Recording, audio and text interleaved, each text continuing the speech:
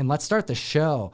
We are going to begin our show today with chatting about some grails. What? Okay, so this is what happened. Story time. So I acquired a grail, all right? Sometimes grails, when they are presented, like when they come out of nowhere, they always do. I said that so convoluted because I'm trying to waste time, tiempo, because I need to pull up some pictures. Okay, here we go. Oh, Bada bing. okay. Okay, so grails. We're talking about grails right now. Ryan. Yes. You collect comics. You've been kind of almost forced to start collecting comics because I don't even want to. This guy doesn't want to, but then you know what ends up happening is people buy you comics. When we go off camera, Tom like slaps me around a bit and says, "You will read." You will buy. You always read, man. That's true. And I'm always trying to make you read. Read The Crow. I don't think I have it. I still haven't read that. I don't think I have a grail. You don't have a grail yet? I don't think I do. You like that one comic that you're just like, I need that one day. We're essentially in a constant training mode for you, Ryan. I want to get every Green Lantern book. See, that's a good goal. Yeah, but there's not like a grail. Well, then I would say Green Lantern 1. Sure. You know, not Golden Age. I know you don't care for Alan Scott, but I'm talking Still like counts, I guess. You know, but Hal Jordan goodness. Whatever. Sure. Yeah. Right? Yeah. Okay, Ryan. We just figured out your grail today. Congratulations, Oh, Ryan. Ryan just added his first grail to his list. But Ryan, you are a reader and you are a collector and you are looking for more sets and stuff. And there's going to be a day where Green Lantern 1 is going to just like, boop, it's going to be there. And you're going to go, I think I need to get that. Where'd that come from? It's too good of a deal. I'm going to have to get it. I want to hear in the chat. I want to know what your grails are because I just threw money down this week and secured a grail that I didn't think I would ever not only be able to purchase, but have an opportunity to purchase in my lifetime. And it's on its way. Now, I'm not going to talk about that here today because that is not in my hands yet. And I want it to be here. I want it to be real. I want it to be present at the table. And I'll share that with the community. So, mind you, hit the subscribe button because that's coming soon. However, I did acquire a grail within the last year that I realized I only shared on my Instagram page. So I felt like we should probably discuss that first before I hit you with the second grail that I never thought I'd own. What do you think, Ryan? Let's do it. I'm here. So fortunately, because Ryan doesn't like handling really expensive stuff, which is totally fine. And I also wasn't looking to start manhandling this on the mic. We have pictures of what we're going to talk about here, but I do have It's in there. We manhandled it out in the living room before we went live. In my storefolio. This is one of my grails. I can't believe I never talked about grails on the mic, like my own personal ones. Like sometimes I bring up stuff for my PC. Probably have. Yeah, but I don't remember, but I don't remember anything. Okay, so what we're going to do is we're going to talk about... Tip it over like that, man. That's okay. I'm being careful. I know what I'm doing. All right. So what we're going to do is we're going to chat about this grail that I have, and I have it in front of me, but I'm going to bring up the picture here for you to see. All right, here we go. We have the 30 Days of Night Spiral Edition. Yes, it exists. It's here. It's real. I clicked something on the screen and I lost you guys. Are we live still?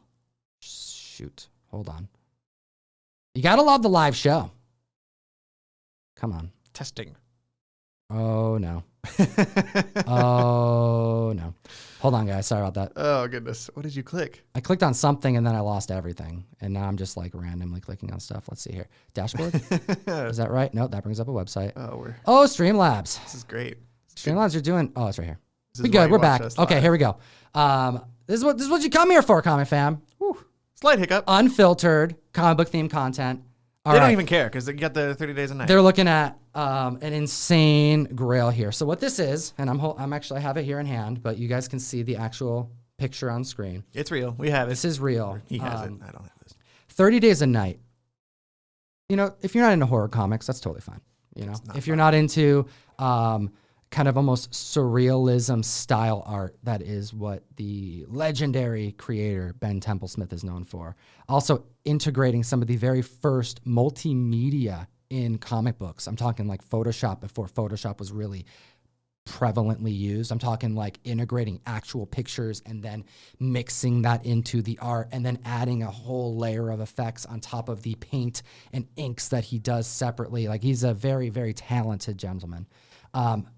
This book, I've done a handful of interviews with horror legends like Brian Pulido, for example, and I've talked to many, what's up, guy? Many comic book creators who specialize in horror. This is one of those books that gets brought up as if it was Night of the Living Dead. Sure. As far as modern day horror comic book masterpieces. Hey, don't be biting me, dude. He's like, Butch gets mad at me if I don't touch him sometimes. Bite him. So he just starts grabbing my feet. Bite him, Butch. He's biting my feet right now, Comic Fam. This audio is going to be available on SoundCloud, Spotify, Stitcher, and iTunes. Yeah, you're getting some good content with violence and biting. That's right. You can hear the cat sometimes. You can bite me, Butch. So this right here, the volume is low. I want to hear about that. Let's see if we can fix some of this. It might just be me. It might just be Ryan, but you know what? I'm gonna raise the volume up here just poquito. You tell me, Comic Fam. I'm gonna raise the volume up quite a bit, actually. It looks like our volume is coming in a little low. We're back. Okay, how's that? And we're live. I need a tell me how the volume is doing. This is how it goes. We're a little rusty today. Haven't been live in a minute. Live in quite a while. Just Ryan's low. Just Ryan. Yeah, that's all right. Normal. How about that? That's normal. Ryan is typically low. I have to like swallow the microphone for anything to come across. Yeah, speak with diction, Ryan. Come on. Ryan is right up onto one low. All right, that's good. How's that now? It's just how I talk to me. All right, cool. So we're back. So we're talking about a grail. Ben Templesmith, 30 Days a Night. We should start this whole podcast. Night of the Living Dead. So Night of the Living Dead. So this right here is a grail for a lot of horror comic fans, a lot of creators. And one of the cool things about this is that the movie happened obviously after the creation of this, but this book did not sell all that well at release. I mean, it was like a 3,000 print count. They ended up taking it to second print post the movie because it was successful. And the rumors about this spiral edition only lived on CGC forums because members were concerned that it may not exist because there's none on the census because CGC has never authenticated one because they won't, at least at this point, because you have to assume that these grading companies are able to authenticate what they're looking at, and with no other opportunities to do so for such scarce items, they will choose not to grade certain things. So this book is not on the census because they've never had one, and if they've said no to it because those who brought it to them, they're like, we can't authenticate this because we've never seen it before. And that's what it's like with the the Hellboy insert that I've shown on the comic books buyer's guide. It's the same situation. A lot of people try to get that insert graded, and you can't because how are they going to authenticate this page that was removed from a marketing tool, the middle of a previews? So what we have here is the 30 Days a Night Spiral Edition. People did not know if this thing existed, and those who did weren't even sure of what the print count was. And I had an opportunity to buy this, and I had to get it. It was definitely one of those things where it's like, if I don't get it now, I won't be able to get this in the future type of feeling. Members know how that is when it comes to grails. This was a surprise for a number of reasons outside of being able to get it, but what came with it. And I want to go through that with you today here, Comic Fam, because the first thing that I have to show you is that this was actually sent to PGX, who authenticated this and graded it. To each their own, right? Wherever you want to get your stuff graded. I don't personally get my stuff graded through PGX, but this had been graded through PGX at some point, and it was a 9.8. PGX, at least a grader, has looked at this and said that this was high grade. Feel free to put him on the floor if you want to. The cat. No, He's just loving life right now. Get away from the stray dogs. Yeah. Here, just move off the table. He's fine. Yeah, but I want you paying attention to the chat stuff, not the cat. Comic Fam, Ryan's trying to take a day off here on the mic just to play with the cat. Oh my gosh. Butch. See, this is what happens though. Then you play with him and then he starts to want to be part of the show. And it's a catch-22 because the show does better because more people watch it. But then he is part of the show. There's hair everywhere and he's cat. He is cat. He's a butch. He's a butch cat. He's putting his head down in the middle of the table. Okay, here we go. All that to say that this grail came with so much more than just the grail. And we have been able to supply the information to the internet since this purchase was made, which is really cool. So first off, you have this like acetate cover. It looks like it was something that you would, I don't know, do a book report in at high school, right? You know what I'm talking about? Oh, yeah. What were some of the book reports you did / like projects that you remember? I don't even remember what I did yesterday, let alone 15 years ago, however long high school was. Oh, Come on, Ryan. Did you have to do like a state project? Did you ever do that project where you had to pick a state and do all this information and like reports on a state? It was like Missouri or something. You had Missouri? I don't remember what state it was. You don't even remember the state? It was like 8th grade. I know, dude. But how do you not remember the state that you had to? All I remember about 8th grade was that like we invaded Iraq when I was in 8th grade. So that were some of the big things that happened when we were in middle school. Yeah, yeah, elementary school for me. I was in 6th grade, I think, when that happened. But we had to pick states to do. I never put it in a fancy plastic, acetate situation like this guy.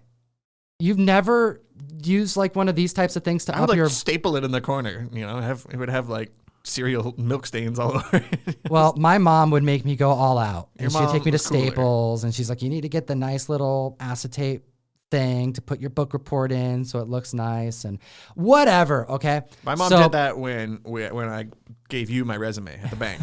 She took me to the bank. Did your mom help you make your resume? Oh, dude, she took me to Staples and got me like the $10 a sheet piece of printer paper that's like 6 inches thick. Like, I've never heard this. You're a big kid, Ryan. You got a big boy job now. You got to have a nice resume because you're working at a bank. That's hilarious. You got to impress this guy who turned out to be Tom. That's right. For those of you who don't know, I hired Ryan at the bank, and that's how we met.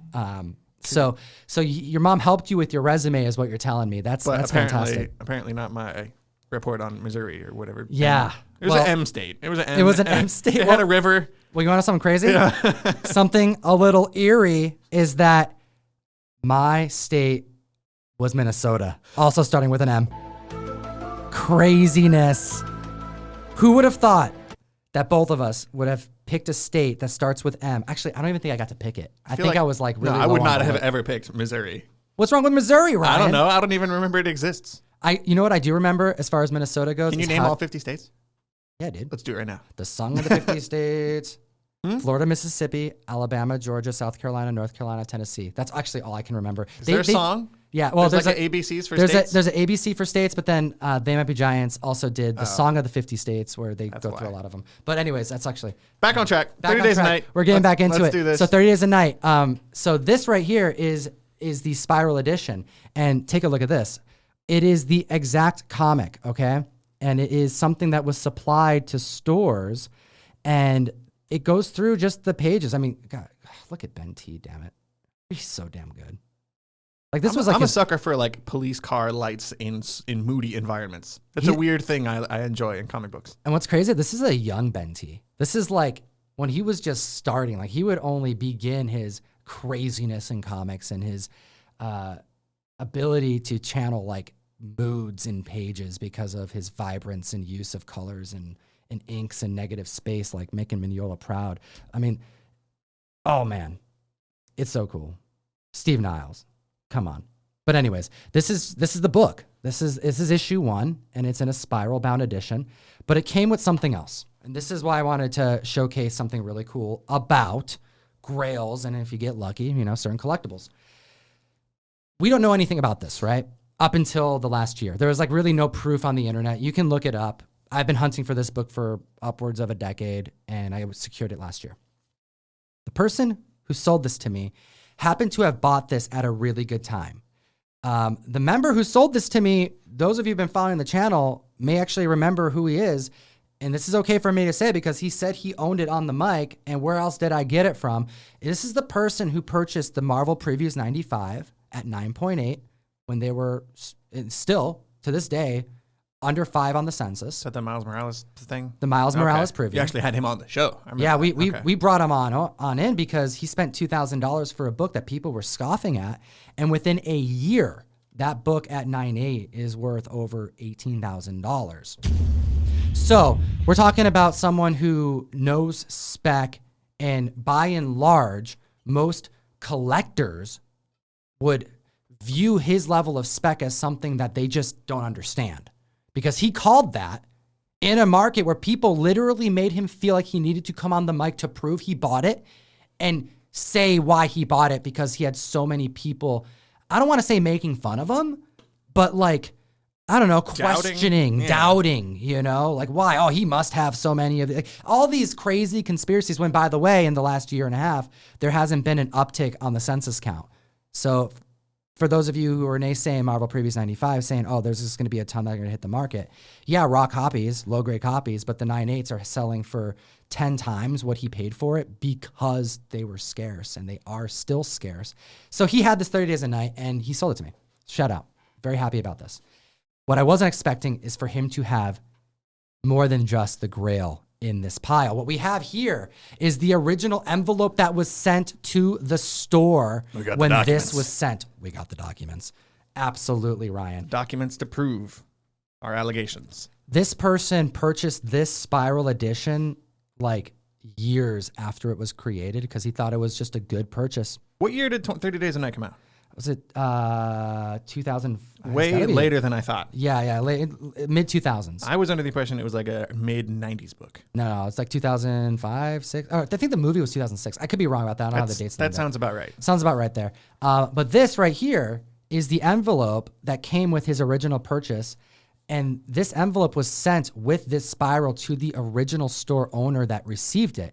Store owners who purchased enough of 30 Days a Night would receive the spiral edition from IDW back in the day. Like a ratio variant. Absolutely. So it gets even cooler because not only did this person, the store owner, preserve the envelope and send it to the person that would then sell it to me, he didn't like destroy the envelope. He opened it with care. So I have an envelope, and it actually says the store's name, Philip Schwartz out in California, from IDW, Design Works LLC in San Diego. Like, it's all here. You got you're looking right now on screen, Comic Fam, for our audio listeners. You're looking at a letter that says, Dear Mr. Schwartz, you have a promo piece that was produced by IDW for 30 Days a Night. This was produced when 30 Days a Night was first published, signed by the then president, Ted Adams.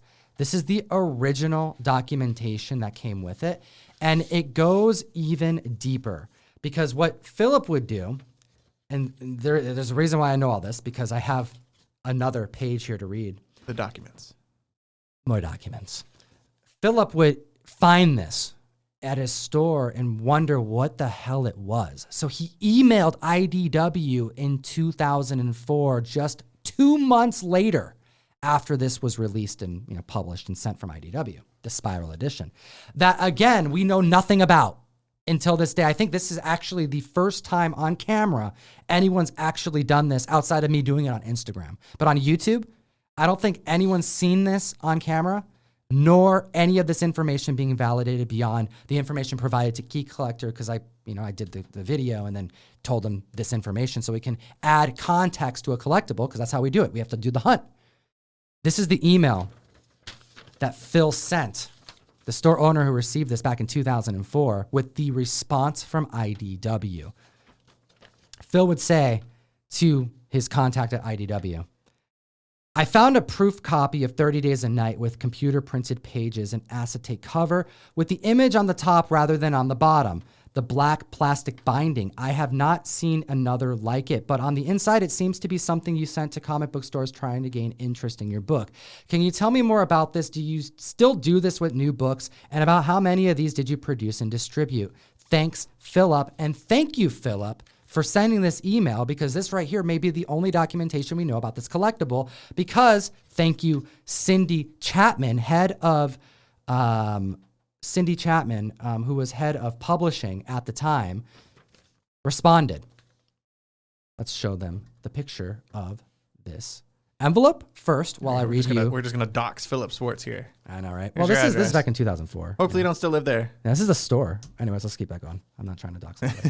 Whoopsies. Okay, here we go. This is from, this is a fan mail from IDW back in 2004. Hi, Philip. That sounds like a promo piece we put together here in the office for 30 Days a Night. We did produce some when we were first selling 30 Days a Night, though we don't know how many were produced. It was probably under 100. In writing from IDW, probably under 100, which makes sense with the 30,000 print count. We're talking about 100 of these. 3,000? 3,000. Okay. 3,000 for cover A. Or for the first printing.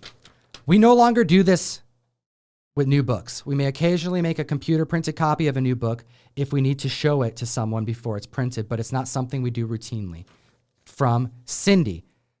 This right here means that within months of the creation of this spiral bound comic book, they would discontinue this altogether at IDW and stop doing this spiral bound stuff altogether. So this right here cannot be any more completed as it pertains to a horror collectible, a comic collectible, Ben T. Steve Niles collectible, 30 Days of Night. We're talking the Spiral Edition not only exists, but we have the data. We have the documents. A nifty envelope to go with it. A nifty envelope. I got to hear what the community thinks about this. This is pretty crazy stuff. I mean, this is like the hunt. You know, I know this isn't the most common collectible that people are after. You know, there's a lot of people after ASM 300, you know, things like that. But this right here, for horror fans, for modern horror comic books. Much cooler. We're talking about one of the scarcest independent collectibles that exists. But hold up. I'll be sure to be bringing that next. Probably it is. More Grail? Scarcer. More Grail stuff? More Grail stuff to the mic in the very near future. Tom with the goods. This is how it goes.